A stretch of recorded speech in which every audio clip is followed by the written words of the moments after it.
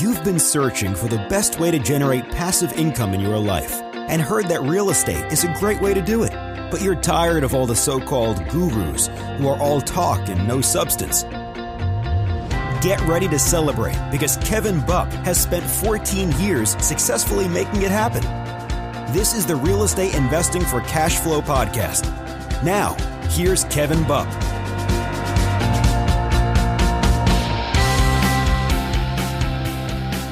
Hey guys, Kevin Bupp here. I want to welcome you to another episode of the Real Estate Investing for Cash Flow podcast, where our mission is to help you build and maintain massive amounts of cash flow through income-producing real estate investments. Now, our guest for this week's show is real estate investment expert, Brandon Lacoff. Brandon is currently the CEO and founder of the Belpointe REIT, which is the first public Opportunity Zone REIT in the country. Brandon is also the CEO and founder of Belpointe, a private equity investment firm. Additionally, Brandon was the co-founder of Belray Capital, a Greenwich, Connecticut-based real estate and investment firm, which was acquired by Belpointe in 2011. Belpointe is known for its luxury condominium developments and its Class A apartment communities. Belpointe owns several operating businesses, including Belpointe Asset Management, LLC, a financial asset management firm that manages over $1 billion in tradable securities. Brandon holds a Juris Doctorate degree and a Master's of Business Administration from Hofstra University and a Bachelor's degree in Finance from Syracuse University. Now, guys, I'm excited to get on to the show with Brandon, but before we do, I have a few quick announcements I'd like to make. First and foremost, for those that have been listening to the show now for a number of years, really since the beginning, 5 years ago, you'll know that I used to offer a free 30-minute free phone consultation for those interested in connecting with me personally. Well, I stopped it about a year and a half ago just due to sheer bandwidth and just really not the time to do those 30-minute phone calls. Well, we've hired a lot of staff here. We're growing, and that's actually allowed me to free up some of my Friday afternoons. And so the good news is that we're actually starting up those free phone calls again. Every Friday, I'm going to make myself available for 4 individual 30-minute time slots to basically get on the line with you and discuss anything really your heart desires regarding real estate investing or, specific asset classes, getting started. Maybe you're looking to progress into a different niche, whatever it might be, really just to be here to act as a sounding board more than anything else. However, I'll tell you that there's one caveat, and that is that we'll be conducting these calls via the Zoom video conference platform. And so you'll need to have a camera available as well as a decent microphone, really just a basic USB headset or even the standard iPhone, headphones mic combo that comes with an iPhone. Those work fine as well. But basically you can't use your built-in mic in your computer. That's where I'm going with that. I'm going to be recording these calls and then releasing them as future educational content. And really the best part of this is our conversation together will benefit thousands of others who probably have similar questions and are dealing with the same exact challenges that you might be at that particular time within your business, okay? You can really think of it as a way of you and I teaming up and giving back to the masses, if you would. So I truly think it's going to be a lot of fun. I look forward to speaking with you and helping guide you through any challenges that you might be facing within your business. Now, in order to schedule this call with me, visit my website, kevinbupp.com, and scroll down about 3/4 of the way. And on the right-hand side, you'll see a button that says schedule a call with Kevin. Go ahead and click on that. It'll take you to my calendar link. Now, I will tell you that when scheduling this time, be sure to provide clear and concise details on what you'd like to speak about during our time together. And again, schedule the call by going to kevinbupp.com. Down about 3/4 of the way on the right-hand side, there's a button that says schedule a call with Kevin. Again, provide clear and concise details or questions of what you'd like to chat about during our 30 minutes together. And another important announcement really quick, we're hiring here at Sunrise. Our team is growing at a very rapid rate, and we're seeking some rock star talent to join our team here at our corporate offices in sunny Florida. We're over in the Tampa Bay area. You can go to careers.sunrisecapitalinvestors.com to see the various positions that we have available. Now, guys, without further ado, I'd like to welcome our guest for today's show, Brandon Lacoff. Brandon, how you doing today, my friend? Thank you. I'm doing well. Yeah. Thanks for joining us here. I know you're an incredibly busy individual running multiple different companies. And so really appreciate you taking the time out of your day to join us here and to just spend some time with us and share a little bit about your background and also Belpointe's background. So maybe if you could, for those folks that aren't familiar with your company, Brandon, maybe take a few minutes to tell us a little bit more about maybe your personal background, but also Belpointe as a company as well. So Belpointe is a family office. Lacoff family office, and we are really a private equity shop investing in real estate and other companies throughout the country. So we've invested in online mattress companies to real estate, to local businesses like gas stations and other real estate in the tri-state area. Okay. Very interesting. I mentioned in that brief bio there, it looks like it was Belray initially, and then Belpointe actually acquired Belray. But I guess, when did the foundation of the company, kind of its origin, when was that? How long has it been around in general? So we really started in 2001 investing in some real estate. And then I was working at Ernst & Young at the time. And first it was Arthur Andersen, and then I went over to Ernst & Young, working in the M&A tax group, my JD. And then in 2004, when we had a small portfolio of real estate, we felt that it was the right time to transition to go full time into investing in real estate, and then started there soon after investing in private equity. Okay, got it. So you've had your fingers in a little bit of everything. I know that Class A apartments are really your core focus here today. So maybe you could speak a little bit to that, a little bit behind your investment strategy, different markets that you guys target, just some general details on really the overall philosophy in that niche. So part of our company is investing in good people. Mm-hmm. And we are looking, all the different businesses that we're investing, we look first at the people first, and then we look at the business. And in 2008, with the recession, we started looking really 2009 for the right partner to help us on the multifamily side. In 2010, through a mutual friend, we met a person named Paxton Knoll. Paxton was at Avalon Bay prior to meeting with us. So he was at Avalon from 1992 to early 2000s, then went on his own. And then we met through a mutual friend, and we made an acquisition to merge his company into our company. And the reason why we did that is because we wanted the expertise in multifamily development. Mm-hmm. And we knew if we tried it ourselves, it would take us many years and lots of mistakes to get there. And to be able to bring over Paxton and the rest of his team to help us grow out the multifamily division of our company would be a great asset. And that's why 2010 and 2011 is when we made it official with Paxton's company. Well, that's interesting. Let's talk about that a little bit, because I think that's an important topic, is the choice that your company made to make that strategic partnership versus actually creating it from scratch internally.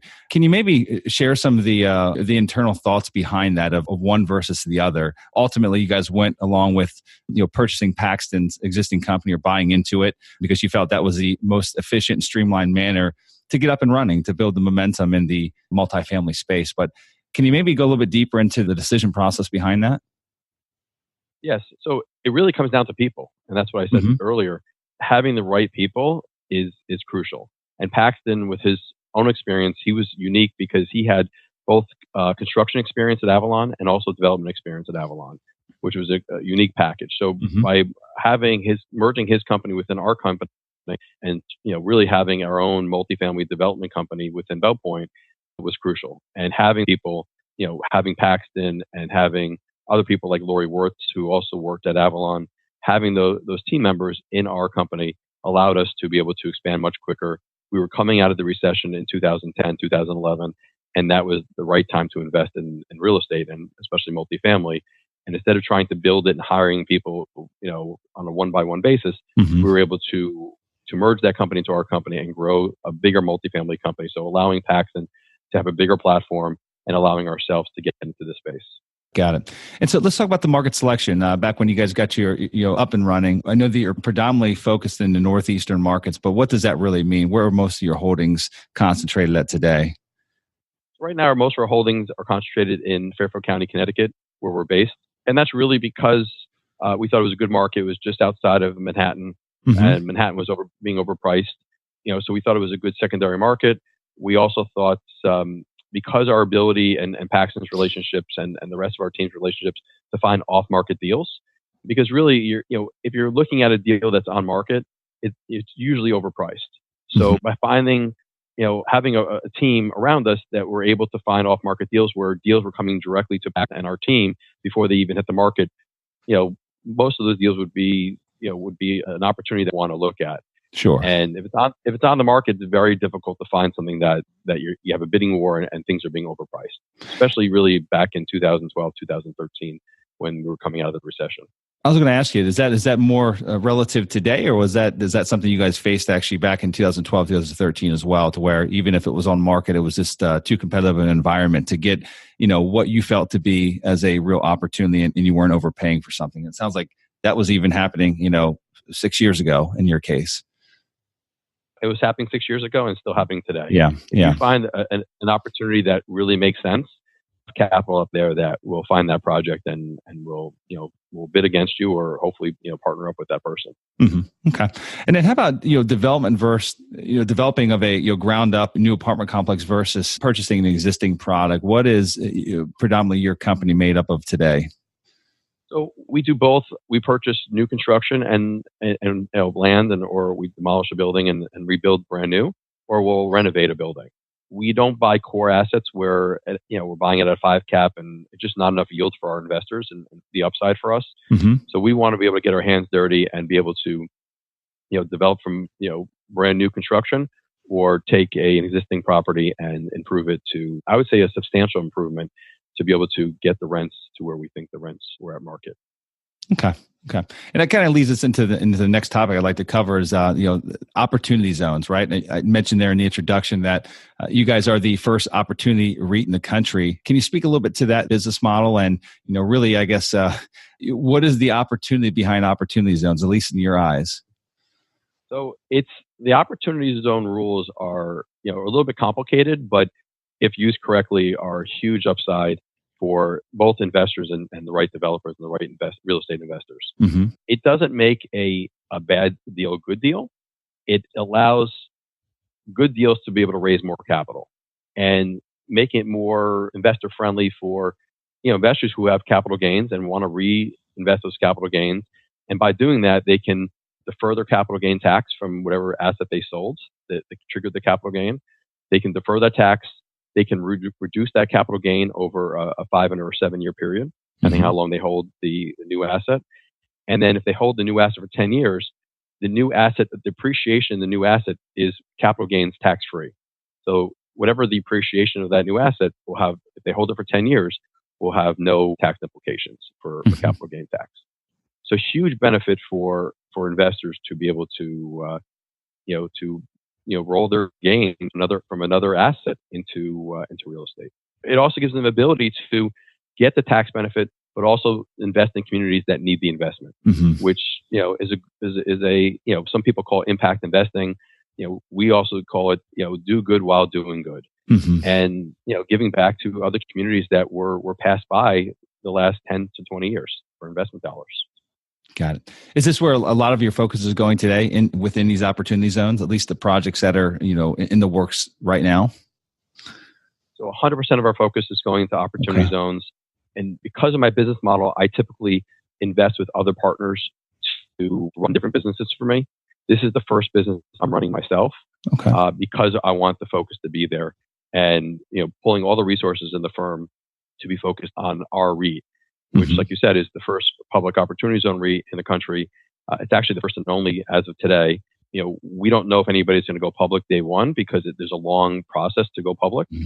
And we just started very, very early. We saw the opportunity zone opportunity January of 2018, about a month after it got signed. And we came up with a structure that is going to disrupting the real estate industry, both on the structure, both on the opportunity zone, both on fees. Overall, we just wanted to totally change the way people invest. And we want to take an institutional quality product and not just bring it to pension funds and endowments. We wanted to bring it to everyday Americans and have one class of stock, not 4 or 5 classes, depending how much money you invest, treating everybody equally and giving them the best returns and the best upside for them. How can we find out more about that Opportunity Zone REIT? You have a dedicated website for that, or is it just on your primary website? We do. You can go to the SEC website to download our offering, or you can go directly, which is much easier, going to our website, which is belpointereit.com, and you can learn, about how the fees are different, how our carried interest is different, how we have liquidity, which is unusual for real estate investing. So we took a totally different approach on how do we come up with the best structure out there, not just because of opportunity zone, just overall structure, and give the best vehicle out to investors, and that's what we've accomplished. Very interesting. Okay. And I mean, I'm assuming a lot of those changes that you made were based on years and years of experience, right? And understanding the pain points of, again, you mentioned the different, institutions and that type of capital, but also the general all-around investor, right? Not just the high net worth individuals, but the folks that want to get involved in institutional grade assets that, years ago, that wasn't really an opportunity for anyone to do so, right? You had to know somebody or you had to be tied into the correct networks. And so talk to me a little bit about some of those pain points that you guys recognized that ultimately helped you kind of restructure what your current or what this newest offering looks like. I mean, can you speak to some of those? Yeah, so it's actually a long story, and I'm going to try to keep it as short and sweet as possible. But there was a rule that came out called FINRA 1502, which was a disclosure rule. And I'm going to paraphrase and get to the important pieces. But that rule was really a disclosure rule. And, REITs were, private REITs and non-traded REITs were kind of no institutional, no high net worth individual would invest in these REITs because they had a huge load to get in. I call it pay to play to get in. Mm-hmm. And the loads were 15%. So if you put in, $100, only $85 was the investment. Yeah. So it took 3 to 4 years just to get to break even if the real estate was growing. We did not want to have a product that had upfront, load or commission. So, and we saw this rule where the government came out and said, if firms are going to charge a load to get in, then when they get their first statement, you need to put on their first statement the net asset value after the fees, which means if it was a $10 stock and someone bought into it, it would really be $8.50 the next day. Sure. And the government said you can sell these securities, but you have to now disclose on the first statement, the first monthly statement that comes out, what the net asset value is. And if clients saw that, they would see, I lost 15% overnight. I'm not happy about that. So there'd be litigation or people asking for their money back. And that's why firms had to stop selling this security. And what ended up happening was new firms started coming in, really Blackstone and CIM and Starwood Capital, and they lowered their fee to 3.5% instead of being the typical 10 to 15%. Mm-hmm. So we said, we want to go further than that. We want to charge no upfront fee. We're really a private equity shop that is using the REIT structure or the REIT vehicle as a tax benefit, as a better structure. And so we look and sound like a private equity structure, but we're using the REIT structure for tax benefits and structuring benefits and just getting rid of all the loads. So once they passed this new rule and really decimated the non-traded REIT industry of raising capital, it went from a $20 billion industry in 2014 to a $3.8 billion capital raising industry. And the only reason it's 3.8, and that's only 81% decrease, is because Blackstone came in there and changed the way the fee structure was. So now if you eliminate Blackstone, you're down 90%. Wow. Yeah. So we looked at it and say, how do we use this vehicle and change the perception of REITs? And that's really what we're doing. That's the starting base where we started from in 2017. And then in 2018, when the Opportunity Zone rules came out, we said, okay, if we take our REIT structure that we totally changed and we marry it with this Opportunity Zone benefit, plus there's another nugget in this tax bill in 2017 that Trump signed, that was the 199A, which is a 20% deduction on ordinary income that comes through pass-through entities. If we take all three and put them into one vehicle, we have something that's completely different. And that's kind of how we got to where we are. Hey guys, Kevin Bupp here with Sunrise Capital Investors. As you are hopefully already well aware if you've been a listener for any period of time, my goal has always been to provide you with as much value as I possibly can through my two podcasts, Real Estate Investing for Cash Flow and the Mobile Home Park Investing Podcast. As our audience continues to grow, literally, we've been downloaded millions of times by folks in over 125 countries. I've had thousands of people reach out looking to get involved in our niche. And that's the phenomenal niche of mobile home park investing. For those that don't know, I've been a full-time real estate investor for nearly 20 years now, and I've personally invested in and have owned apartment complexes, various commercial properties, hundreds of single-family rentals, and I've interviewed some of the most successful investors in just about every other asset class, and I've arrived at this one very simple conclusion. Mobile home parks are hands down the best investment I've found to date. Why? They provide investors with the best risk-adjusted returns out of any other real estate sector that I've seen.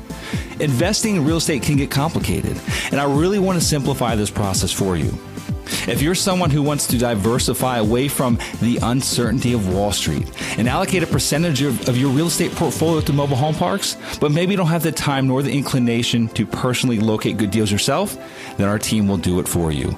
At Sunrise Capital Investors, our team specializes in the acquisitions and management of undervalued and highly profitable mobile home parks. And we are now providing accredited investors with an opportunity to participate directly alongside our team in our up-and-coming deals. And let me say this, I believe that we are hands down the best in our space at sourcing highly profitable off-market deals. That's really what makes us unique in this niche and as investment managers. As stewards of your capital, we truly are aligned with our investors. We've structured our investment fund so that we as a company are incentivized in the same way the investor is, which is through the performance of the investment itself. In addition, we want to make sure that we not only make money for our investors, but that they understand how it's being made. That's why we provide our accredited partners with a private monthly podcast that walks them through the detailed updates on how their investment is performing. And we're very transparent, providing you with the good, the bad, and the ugly at times. And so if you'd like to learn more about the partnership opportunities with our team here at Sunrise, please go visit sunrisecapitalinvestors.com and click on the investors link to get signed up. It's absolutely free and you'll get placed on the priority list of when new opportunities come along. Also, feel free to call us at 833-CASH-FLOW without the O. Again, that's 833-CASH-FLOW without the O. And one of our investor relations team members will help you schedule an appointment to speak with one of our managing principals. If you have questions, go ahead and schedule a call and let's get on the phone and talk. And with that, guys, I like to leave with one last thought. From the time that I wake up in the morning to the time that I lay my head down the rest of the evening, my number one priority with everything I do, whether it be recording this podcast, working for our investors, helping each of you reach your investment goals, to providing a great experience to each of our residents who reside in our communities, is to add huge amounts of value to everyone that I come in contact with. Now, with that being said, I look forward to the opportunity of bringing value to you through Sunrise and through this podcast. Thank you for your time. Now, let's go ahead and get back to the show.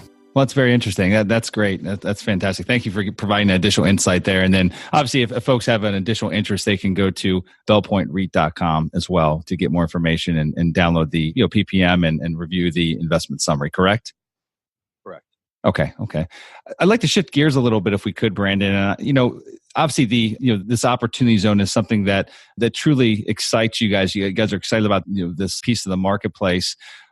On the flip side of that, not necessarily what scares you, but or what keeps you up at night, but I mean, where do you guys identify? What do you see as potential risk out there? Whether you want to look at it from the current part of the real estate cycle that we're in, from a political standpoint, I'll let you answer it how you will. But where do you guys identify risk, and then how do you mitigate that risk? So there's a bunch of things that we're doing to mitigate risk. I think it's very, very important for your listeners and anybody in the public to, when they're investing in real estate, to know it's a long-term investment. The biggest risk is over-leveraging, which we're taking a more conservative approach when it comes to leveraging, especially when the real estate is stabilized. But when it comes to opportunity zones, I think the two most important things people should look at, or maybe three most important things, is A, the structure itself that they're investing in. A lot of these structures claim to be a 10-year hold, especially for private equity structure. That's really not true. And the reason why is when a private equity structure, if it's truly a pooled fund, a lot of these private equity structures are single asset funds. Because of the way the rules are written right now, they're doing single asset funds because the rules don't really make sense for pooled funds, but there are a bunch of groups doing pooled funds. But if you're doing a single asset funds, you're putting all their capital into that one fund. If that deal doesn't do well, you can lose a lot of money. So you want to be in a diversified portfolio. So if you do invest in a pooled fund, you should be aware of a pooled fund in the opportunity zone is not a 10-year hold. It's much greater than that. What happens is if a private equity fund has a 3-year investment period, then you got to wait 10 years thereafter to get the full opportunity zone benefit. So you're looking at 3 plus 10, and then they have to start exiting the real estate. Sure. Which could be another year or two, depending on how the regulations come out. So you're looking at a total of 14 to 15, maybe 16-year hold period investing through a private equity structure. We solve that issue by allowing, in the future, we're planning on listing, we're already a public company. We're not listed on an exchange day one, But year 6, year 7, year 8, we'll list on an exchange. That's our exit plan, to allow investors to have a faster exit, because then everybody's clock is 10 years from when they come in, and they can exit at their own will. And then the second thing is they get to control their own exit, which means they're not relying on a third-party portfolio manager waiting for the last investor to come in. Each investor has control of their own exiting. So much faster. So that to me is a huge risk mitigation tool, by giving people control of their own debt to be able to exit their investment and get out earlier if they choose to get out. Yeah, the ability to access that liquidity is huge. Huge. And who wants to be stuck in this vehicle for 14 to 15 or maybe 16 years? And that's why we came up with the REIT structure, and having it publicly traded in the future allows them to be able to exit much quicker than a private equity fund structure. Got it. No, that's very exciting. I want to switch topics a little bit here. I want to talk about your time in this business and looking back. And not everything has been perfect. Not everything's easy, right? I mean, you've grown multiple businesses now. You've been in multiple mergers and acquisitions, and there's challenges along the way. Maybe you can speak to some of those bigger hurdles that you've overcome. Maybe pick the one or two that are just like they stick out in your mind. There's no way that no matter how hard you try, they don't go away. Speak to those challenges, and then ultimately how you overcame them, if you could. Yeah, I mean, I think the biggest challenges in what we do in real estate side of the business is the construction risk. Most subcontractors are not your friends, and they're looking to make as much money as they can. And really managing, that risk is the most important thing. Having the right contracts.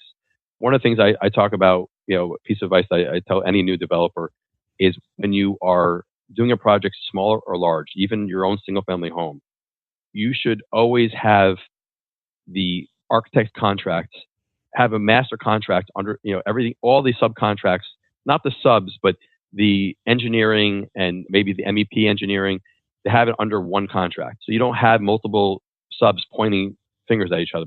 The professionals, the design professionals.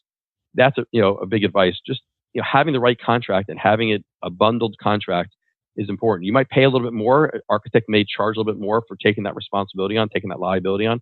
But having it all on one contract is crucial, I think, for developers. But even just not developers, even if it's your electrician trade or your plumbing trade, making sure your scope of work is correct, making sure your contracts are detailed, spending a lot of time on the contracts are crucial, and making sure that you control the contract, because these subcontractors are looking for what's not in the contract. Is there a way that's not in your scope of work, and I can charge you a change order and charge you more for the project? So, and once you lose control of your project, that's where prices can increase the cost of construction by 10-20% if you don't keep track of your risk. Have you guys gone vertically integrated with your construction team, or do you still outsource the majority of that? So we did that in 2011. We brought everything in house, and that definitely helps on mitigating the risk. We decided on the new REIT structure that we were not going to do it in house, and the reason why, we're going to be building across the country. So when you're building in your backyard, you can manage that risk when you're with your own construction company. But if you're building across the country, you're going to need to be able to outsource that. And again, the contracts are important. The pre-development work is so crucial, because if your plans are only 90% done, you're going to have a 10% exposure. So the idea is to get your plans 100% done, make sure your project, the scope of work is matching the plans. And then if you're going to hire a good subcontractor if it's a GMP contract, which is a CM management agreement, then make sure you have someone who you trust and you can look at eye in the eye with, and making sure that that you feel good about who you're hiring, because they're not always financially aligned with you, and you got to try to mitigate as much risk as you can on exposure. What are your thoughts on timing? This is generally speaking. Obviously, your guys' footprint is it's fairly concentrated, so a little bit easier to understand your market, and what part of the economic cycle it's in, and get your timing more on point with when your developments, when you're actually breaking ground on things, and ultimately when your completion dates or your projected completion dates are, and you're not necessarily teetering on the edge of of managing multiple different markets. Every different market's very specific to itself and where it falls within the current economic cycle. And so what general advice would you give folks that are in the development game or are interested in getting into the development game that maybe aren't going to build in their own backyard and more so looking for an answer from the timing aspect of things? And I think that's one of the biggest risks that we could probably agree on. One of the bigger risks in the construction side of the business or development side of the business is timing it properly so that your project's coming out of the ground and it gets absorbed into that marketplace before a correction could potentially occur. The last thing you want to happen is actually have a bunch of inventory sitting around with no one to move into it. So what are your thoughts regarding that in terms of getting that timing right? Well, it really comes down to your team. We have a great, Avalon Bay team, which helps us mitigate both timing risk and construction risk and development risk. But it's almost impossible to manage, when the turn of the market's going to be. No one really has a crystal ball to be able to. I was going to say, you don't have that crystal ball, Brandon? No, I wish I did. I'd probably be in a different business if I had that crystal ball. Sure. But I think the thing that we do to manage that risk is we are underwriting our deals ourselves. Even though we're going to be co-investing with other developers around the country, we underwrite every deal as if we were the developer and the construction manager in-house. Got it. So that helps us manage that risk. But the other thing that we're looking at is we underwrite each deal as if it was built today. We don't trend rents for 2 years from now when the building's done. We say if the building was built today, what would be the yields? What would be the return on that building? And how long would it take to lease up? So the other strategy that we do, which is I think common for big multifamily developers, maybe not high-rise developers, but typically when we build our buildings, we typically build mid-rise construction, around 5 to 6 stories. Usually 5 stories because we can build it out of wood. If we go above 5 stories, then every area is different. Some areas like New Jersey can only build 4 stories out of wood. But we typically build 4 to 5 stories, sometimes a little bit taller. We use light gauge steel. But what we would like to do is when we're building our building, let's say it's a 2-year build period, we try to get the first tenant in somewhere between month 12 and month 14. So while we're still building the other half of the building, we're putting in tenants in that building. So we're starting to get cash flow. And that helps us also mitigate risk. So we like the mid-rise construction because we can spread out when people are moving in and when we're building. By the time we're actually done with the construction, we should be 85 to 95% leased before we're done construction. That also helps to mitigate risk and also timing risk as the market may change. So having that building full when we're finishing completion or nearly full is a huge risk mitigation tool for us. What's the average size complex that you guys are building today? How many units? We typically like to build at least 100 units or more because it becomes a more institutional product that way. But I would say anywhere between 100 and 500 units is our typical size. Okay. Got it. Well, good deal. Being that you've been at this now for, I guess, what, is it 18 years? You said 2001, correct? Is when you really started on your real estate investing journey. Am I correct with that date or that year? Okay. That's correct. So 18 years into this, you've learned a lot along the way. Knowing what you know today, if you can go back in time and give Brandon, 18 years ago, some advice, what advice would that be? We're pretty proud of what we've done to date. I think, kind of getting to know, whatever partnerships that we enter into, probably getting to know our partner a little bit better before we enter. We've had some partnerships that did not go the way we planned, and then we need to exit from those partnerships as soon as possible. But I would say 95% of our partnerships have been great partnerships. We kind of look at there's and also employees as well. I mean, we do personality tests with our employees to kind of know how they work best. So I think that also helps. And I would have started that a little bit earlier. But we've had great employees. But I think getting to read people and know people earlier and earlier in my career would have helped. What I know today and figuring out who the right partner is and who the right employee is much clearer to me than it was in 2001. I think that's probably I would like to have that skill earlier in life.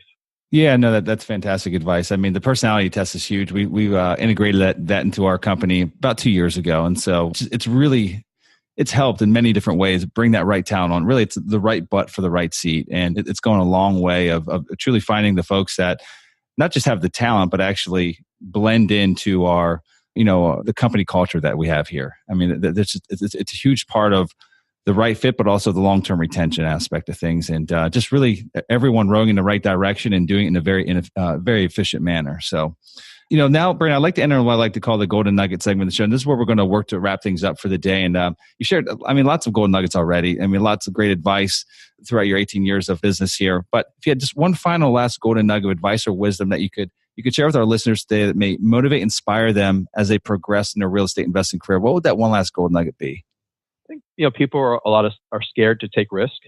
And a quote that a friend of mine from high school, uses once in a while is the biggest risk in life is not taking risk at all. And, you have to take calculated risk. I'm not saying you should go be a cowboy and just, and take uncalculated risk.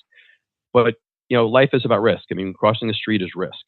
Obviously, there's different levels of risk. And I think, taking the leap, taking risk and being smart about it is probably my best advice is, don't be scared and take that risk and try a new venture or a bigger project or maybe just getting into the real estate business, even a small project, even if it's a single family home.